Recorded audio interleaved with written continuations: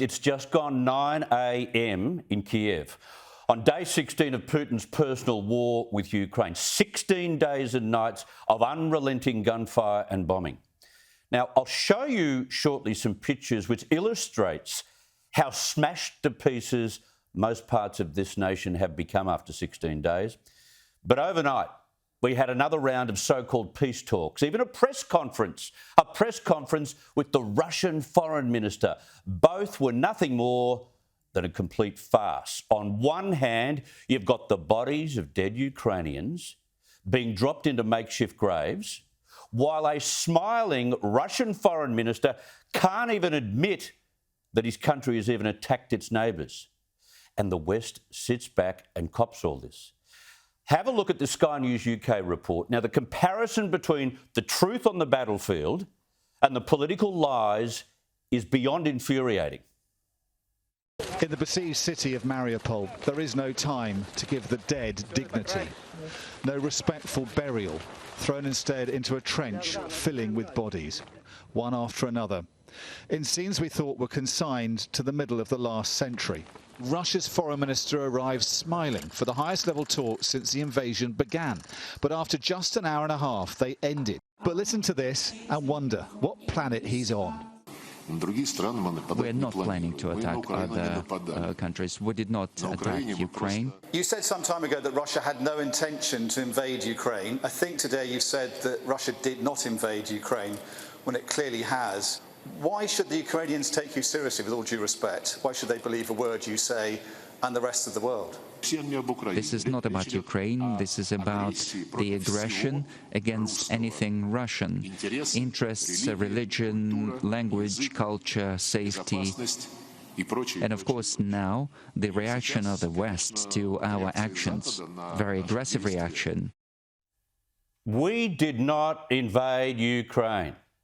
Peace talks, what a waste of time. Russia plays the old authoritarian lying game.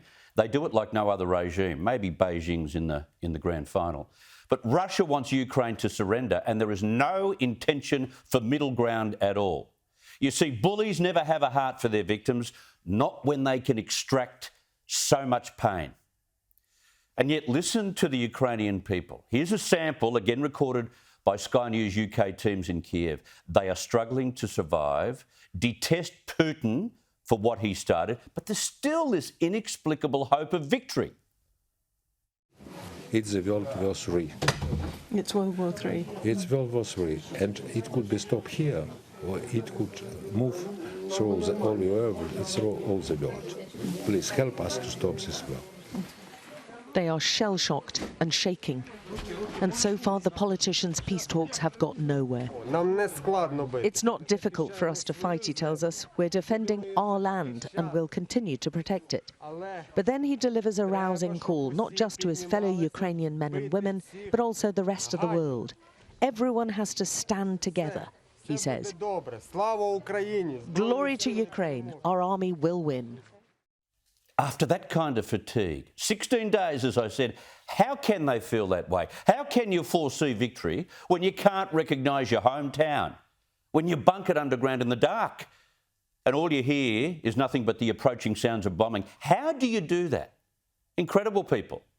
Meanwhile, the United States keeps finding excuses for not going through with the plan, backed by the Secretary of State Antony Blinken, mind you, to deliver US fighter jets to Poland, who would in turn hand over control of their MiG jets to the Ukrainian Air Force.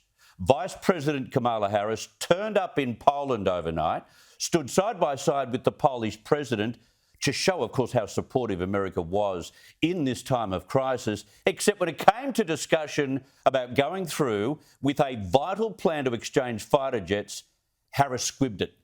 She reverted to pollie-speak and began talking about being willing to defend NATO land. Just ignored the question because Biden is too frightened of what Putin will do. Watch this. I want to be very clear. The United States and Poland are united in what we have done and are prepared to do to help Ukraine and the people of Ukraine. Full stop. The United States' commitment to Article 5 is ironclad. The United States is prepared to defend every inch of NATO territory.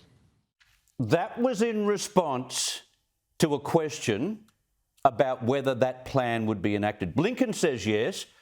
Biden says no, of course. Harris arrives to just deflect. Why not have the courage to at least say to Ukraine why they won't entertain that deal? Meanwhile, 40 Republican US senators said in a letter that they strongly disagree with the Biden administration's stance. They urged him to aid the transfer of aircraft to Ukraine. Can you imagine what a game changer that would be? But it's looking highly unlikely that the West will arm the Ukrainians with the kind of aerial force required to put an end to Russia's air attack. And if the White House and the UK are right, and Putin does begin to use chemical warfare in Ukraine, as he's done before, what will they do then? Will they act militarily then? Will that be enough? That was put to White House Press Secretary Jen Psaki today. Talk about duck and weave. Would President Biden let a chemical weapons attack in Ukraine go unanswered by the United States? We have not let anything go unanswered that President Putin has done to date. We have not let anything go unanswered to date, any steps that President Putin has taken to date. What that would look like, I can't give you an assessment of that from here at this point. Maybe once Putin used chemical warfare, Biden could get Nike out of Moscow. Wow. But if you thought the smiling Russian foreign minister was enough to infuriate you, watch it how funny Kamala Harris thought the refugee dilemma was. States to specifically accept more refugees. Okay. A friend in need is a friend indeed. Okay, I can first. Okay, so this time. Can you imagine for just a second what under siege Ukrainians who've lost loved ones and are pleading for help but are watching all the news snippets via the internet think of that burst of laughter from the Vice President of the United States of America? She's no better than the Russian Foreign Minister. They both have no conception of reality, no conception of the kind of genocide that's going on at the moment. They should fly Kamala Harris out of the region pronto. She's embarrassing a country, embarrassing the West, and is simply way out of her depth.